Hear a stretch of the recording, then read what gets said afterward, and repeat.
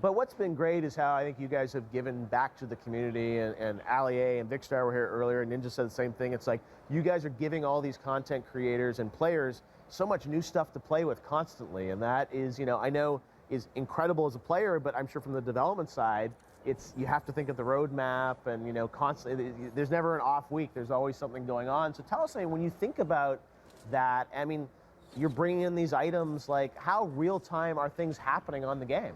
It's pretty real time, and I think that's what's actually so exciting about making a game like Fortnite in 2018, right? Because, you know, it used to be that you would plan things out and you'd work on them for years, and then you release it to players and then never think about it again and move on to the next thing. But with Fortnite, I mean, it's as fresh as it gets, right? We're making tweaks almost in real time, and, you know, some of the items that we have coming up over the next couple of weeks are things that we were conceptualizing last week.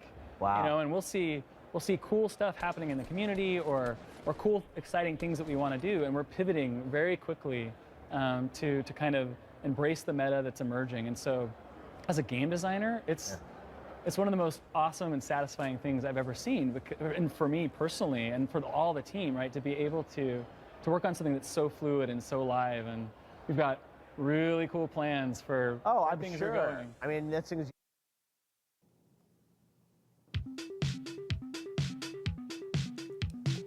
This is your host, Chris. Welcome to the GYATT Fortnite podcast, where I'm still opening up at least 15 chests until I meet up with my team in Pleasant Park and reload. I just like browsing. And I'm always looking for a pumpkin launcher, always. Technically, someone else might already have a Fortnite podcast. But in the spirit of Fortnite, I'm taking it all in and just dropping that Castle Doom every match and just really appreciating all of it. All the technicality of this amazing drop location. Quite possibly one of the best POIs to date. Way better than the Daily Bugle inside of a volcano or whatever that was. You know, I miss the days when there was a lot of stupid real people on here back during Chapter 1. I had to ask my son, I said, would you rather half bot real people in a lobby or all real people in a lobby? And he said half. There's just something low-key good about a lobby of all real players scrambling around. Can we just talk about the Gatekeeper shotgun? We just have to discuss the Gatekeeper shotgun, probably one of the best shotguns in the whole game as we speak right now. And I really like the pacing of how the regular Battle Royale Zero Build mode is going lately. The pacing on the regular game, it just feels extremely natural. Huge progressions across the map, places where you never thought that you would end up. I'm gonna miss this season, and we got a lot to discuss.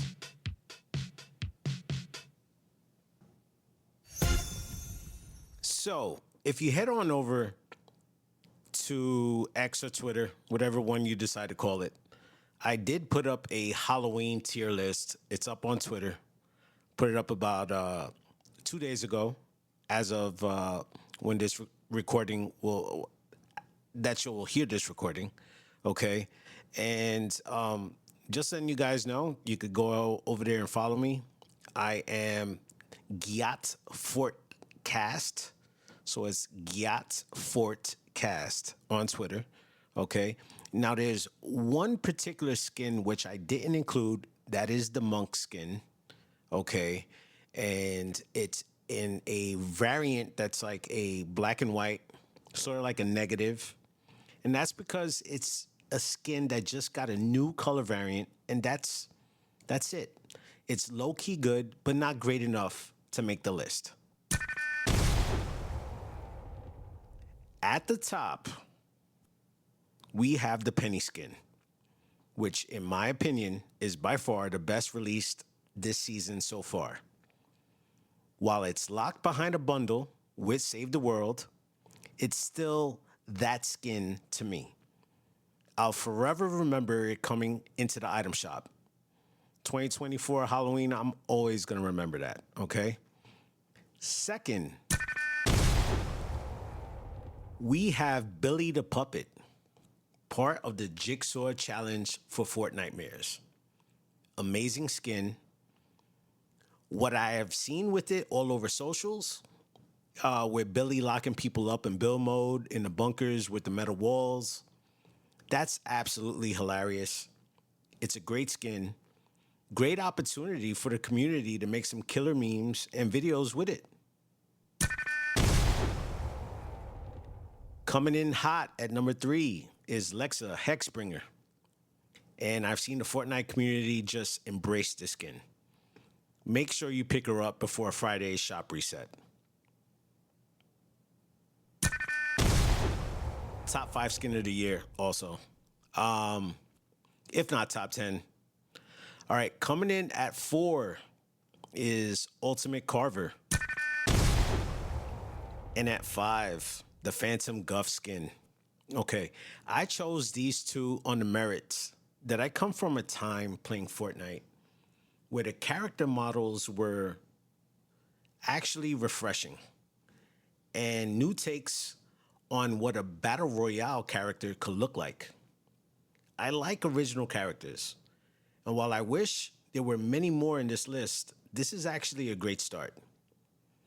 Coming in hot at 6 and 7 are Sally and the Pumpkin King. And I'm glad that they're here now. They're with their little family, you know? Okay. And, now they round out that trio that consists with Jack Skellington. Okay, so now trios, now you guys can all lock in with those skins.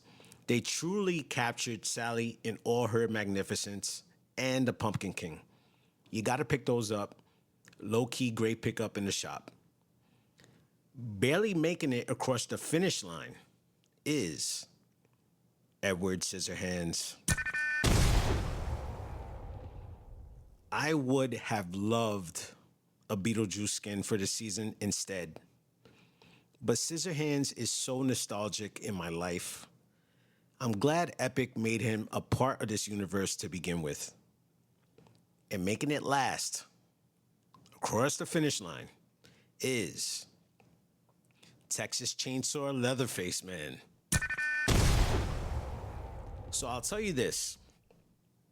His pickaxe, which is the chainsaw, by far top 20 pickaxe of all time in the game. Why it had to come now, I'll take it. And yes, I do know there's been some version or other of a pickaxe chainsaw. This one just feels right. I don't like the model of the character. And they should have made him scarier than a purple OG Skull Trooper coming at you.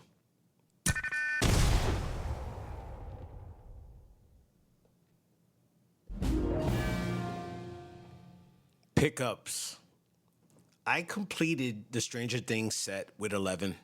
Okay. I also picked up the symbiotes of Agony and She-Venom. I think they're a pretty nice addition for squads with the symbiotic aesthetic. I had to pick up Andy Fangerson. Okay, if you haven't picked him up yet, he's part of that little Lego bundle.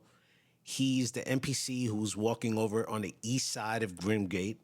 He's just a fun-looking character. He's like a wolf. I don't know, but he just looks so awesome. Great character design. I want more that look like this. At the time when I'm recording this, Fishpool will be arriving at the item shop, and I actually just picked them up a couple moments ago. And it seems Fortnite made Fishpool crash their socials on X, Twitter, for the very late launch of the skin. Whatever, I'm just glad, the issues whatever they worked out, I'm just glad that he's here.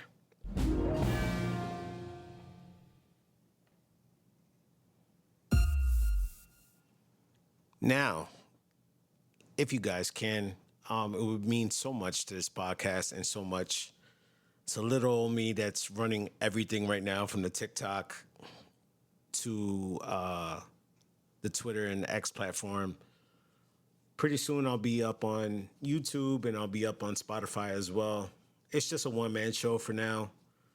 And while I do enjoy micromanaging everything, it's sometimes it gets a little out of control, but I'm working to do everything the best way that I can. So make sure you follow me on the GYATT Fortnite podcast on TikTok, X, where I'll always update.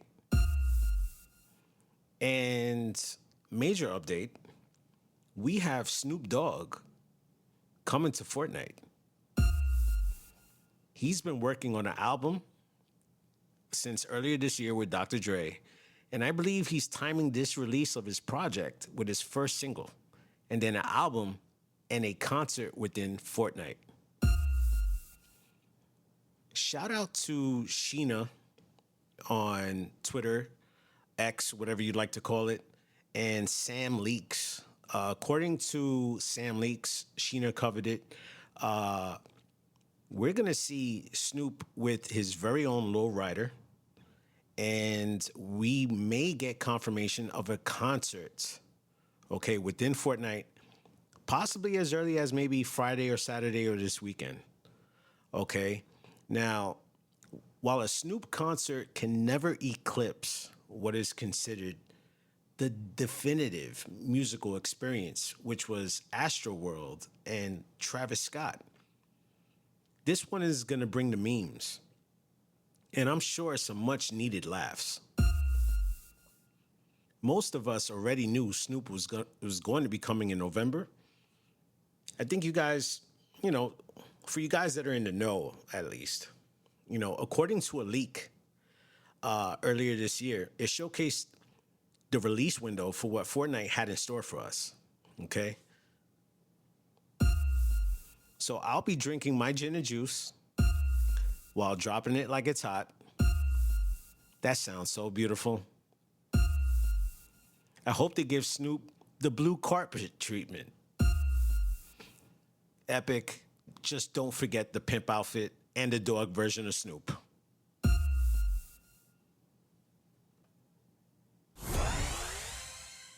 All right.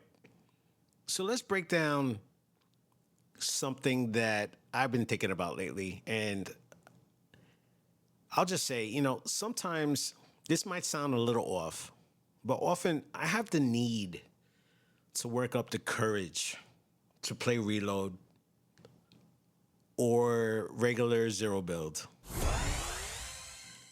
I hate dying and looting up all the die just because I couldn't pull out my mobility item out to escape and fight. Like, is life so hard right now? Is it really so hard right now that a video game is giving me a problem? A video game. Take that into consideration. It's why a massive majority of us have moved away from video games. Everything gets turned into a quest. Everything gets turned into a micro-transactional issue. And this now happens while checking off a massive to-do list in gaming and also in life. So today, we're going to explore a unique question that gets to the heart of gaming and life skills. What is the correlation between someone who could crush it in a video game like Fortnite, but may not have the same success in real life?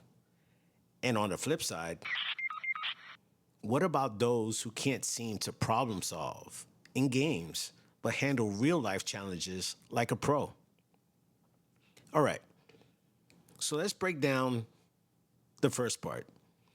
When we talk about someone who's amazing at video games, but struggles with life skills, there's a lot to consider.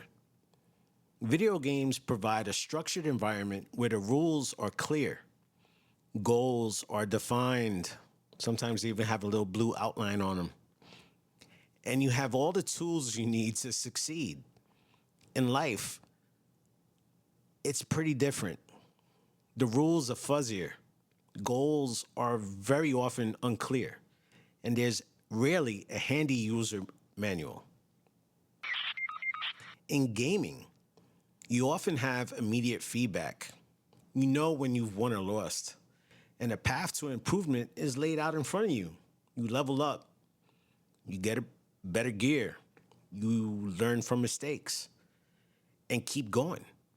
Real life, not so much. Life's feedback loop is a little slower, and the consequences feel a lot more, well, real. This is one reason why some people who excel in games might struggle with life skills. They're used to the structured, clear-cut environments that games provide. But let's be clear. Just because someone is great at video games doesn't mean they lack real-world skills entirely. There's evidence showing that gaming builds cognitive abilities that can transfer to real life, just in specific ways, of course. For instance, studies show that action-based video games improve things like high hand-eye coordination, spatial awareness, and even multitasking. Gaming, especially in competitive or strategy-heavy games, also involves problem-solving under pressure. Players learn to analyze situations quickly. They adapt to unexpected challenges and execute complex tasks, all of which are valuable skills. But here's the kicker. Those abilities don't automatically translate into real-world tasks unless the person actively tries to apply them. Just because you can outplay a squad in Fortnite doesn't mean you'll be great at managing time or budgeting. The skills are there, but the application will not always be obvious. Another thing to consider is the social aspect. In multiplayer games, players are often working in teams, learning communication and leadership skills. But there's a big difference between communicating through a headset and navigating face-to-face social interactions. In-game social skills don't always line up with real-world social cues, which in this modern day and age, it might be why some highly skilled gamers feel less confident outside of their gaming circles. It's almost like being the captain of your team, okay? You're a legend in the game, but you try explaining that skill set while you're on a date. All right. You want me to make plans for a date? And you want me to order food? Yeah, I'll let you handle that. Not what I'm used to. Maybe let's see if I can impulse grenade myself out of the situation like I did on that team that tried to 3v1 me, and I later ran back into them at the raft, and, well, let's just say they are not playing anymore. They are back at lobby. You know, unfortunately, that's not going to win. That's not going to win you over on a date. Now, let's look at the other side. Those who struggle in video games but handle real-world challenges like it's nada. Why can they excel in life and yet get totally lost in a game? First off, real life often demands long-term planning, emotional regulation, and handling ambiguous situations. Things you're just not going to know, the unknown, the unforeseen. Skills that aren't always highlighted in a video game. Someone might be fantastic at navigating complex, multi-step, real-world problems because they're used to thinking ahead, managing their emotions, and dealing with unpredictability. Many games, especially fast-paced ones, reward quick reactions, and short-term strategies. In contrast, life rewards patience, persistence, and adaptability. So people who thrive in the real world, but not in games, might be more comfortable with gradual progress rather than instant feedback and rewards. They may also be more adept at dealing with emotions in a healthy way, whereas games often push players to stay calm under pressure without real world consequences. And here is where psychology gives us a couple of insights, okay? Insights into ourselves, insights to our friends, insights on the enemies that we're facing. You know, especially a lot of real world enemies in a fake world game, you know. In real life, problem solving often involves a level of abstract thinking and the ability to break down complex issues into little smaller, manageable parts. In a way, real life is a game, but it's just without a reset button. We're always moving forward. People who are good at managing stress, working with limited information, totally not me on both of those topics, and coming with innovative solutions might struggle in games because gaming rewards a very different style of thinking, one that's often faster, more linear, and rewards trial and error. In fact, a study in Frontiers in Psychology found that players with higher emotional intelligence, or the ability to recognize and manage emotions, tend to approach life problems with more resilience and creativity. Okay? So higher emotional intelligence doesn't necessarily translate to gaming at all. Because in game, you're focused on immediate goals, not necessarily on big picture thinking or self-regulation. You might want to head back into the storm and pick up those rockets. You never know. Am I right? So, what's the takeaway here? It's that different environments reward different skill sets. Games reward tactical thinking, reflexes, and focus on immediate goals. Life, on the other hand, rewards patience, adaptability, and emotional intelligence. Some people can make that crossover from gaming to real life application a little bit smoother, while others find their skills in one area don't translate as well. Now, is there a way to bridge this gap? Okay, because we all have friends or we have coworkers or family members that just struggle to play video games. And we really want them to sit down and just relax, but it's even more stressful for them, you know?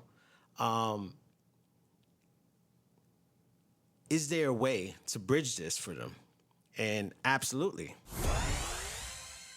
For those who excel in games but struggle in real life skills, it could be about recognizing where those skills overlap and consciously working to apply them. Okay? So if you have a little sister or, I don't know, a mom, and she wanted to play some Fortnite, you could tell her, hey, hold some heels, you know, organize those toiletries in your inventory, and you could stack up 15 of those, and you know you could be the healer of the group. You know, it's a little ridiculous, but you know what? You know, if you're great at strategizing in a game, take that approach to planning out your week or working towards personal goals. And if you're someone who's great at life skills but can't navigate a video game map, don't stress it out. Don't stress it. You've already got the upper hand where it counts. At the end of the day, gaming skills and life skills are two sides of the same coin. They're both about problem solving, if you really think about it. But the context changes everything. If you're a gamer who dominates in virtual worlds, take a second to recognize the real skills you've honed, whether it's patience, teamwork, or quick decision making, and consider how they could benefit you in life outside of the screen.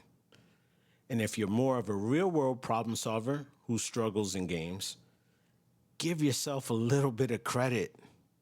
You're playing the hardest game of all, after all, and that's real life.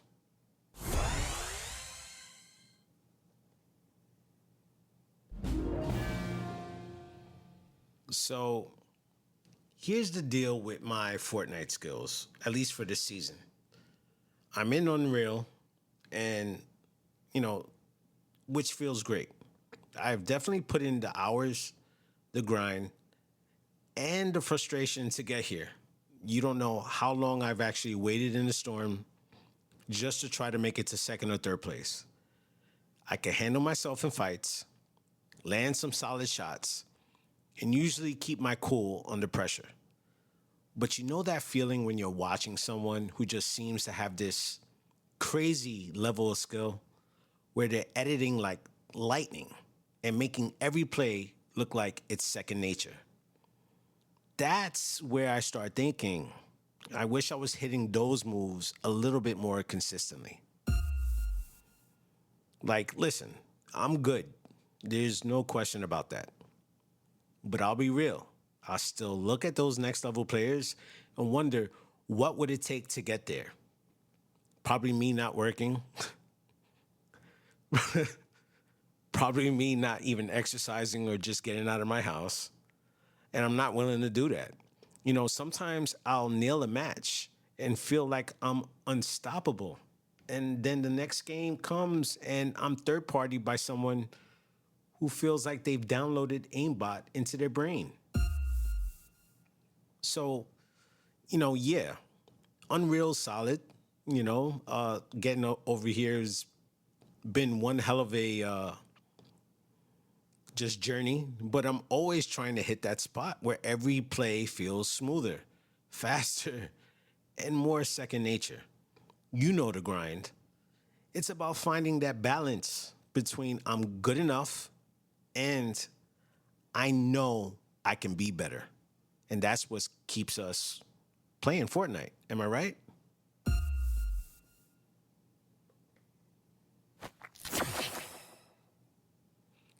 I particularly love this time of the year.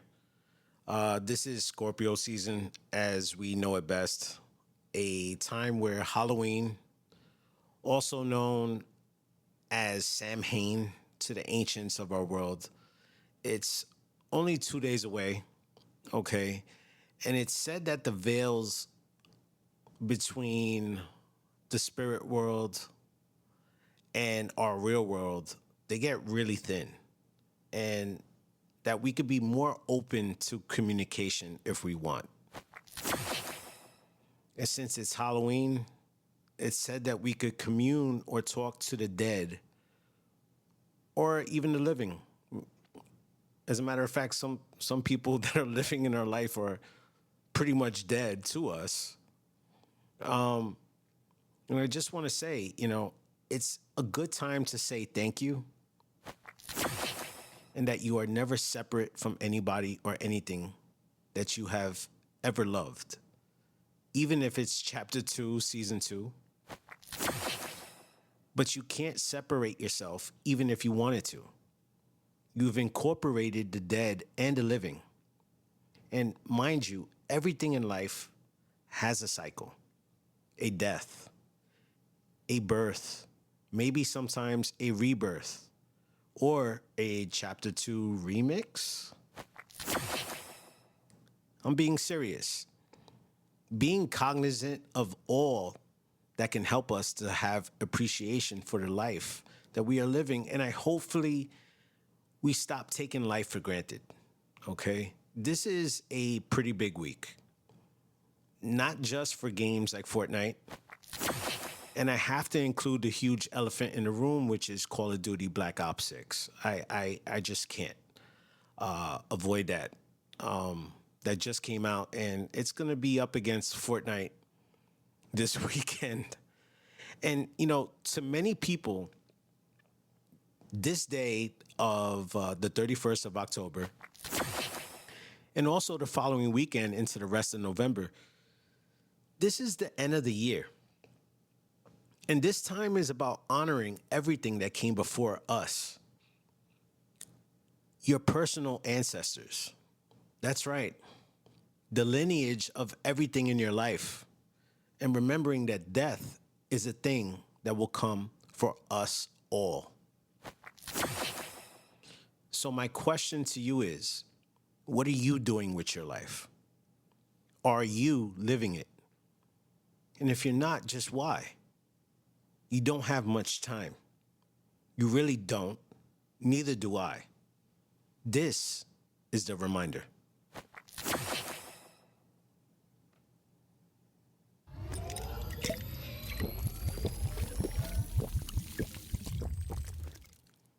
This is a new beginning for Fortnite.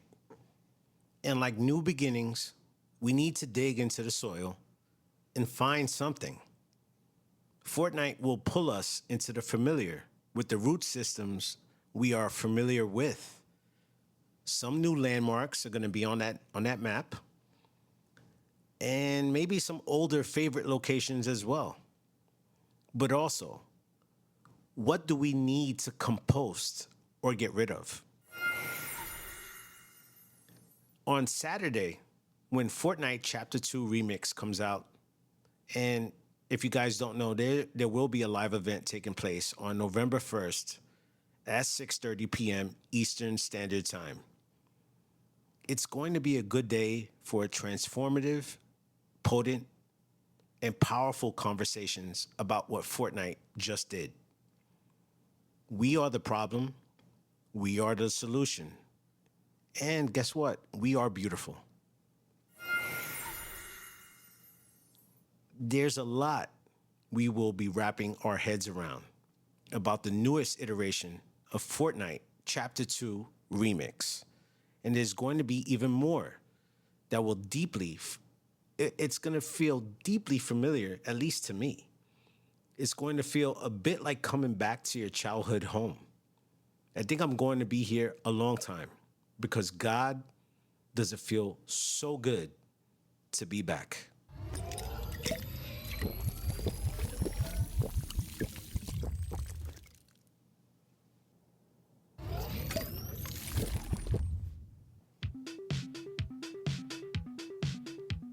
And that's it for this week. I want to tell you guys, once again, thank you for tuning in to the world's first GYATT Fortnite podcast. I am your host, Chris. Until next time, keep your shields up, your emotes ready, and remember, it's all about how you see the game.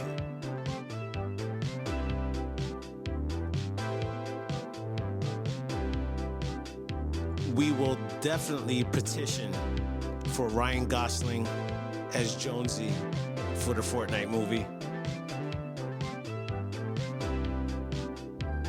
Till next time.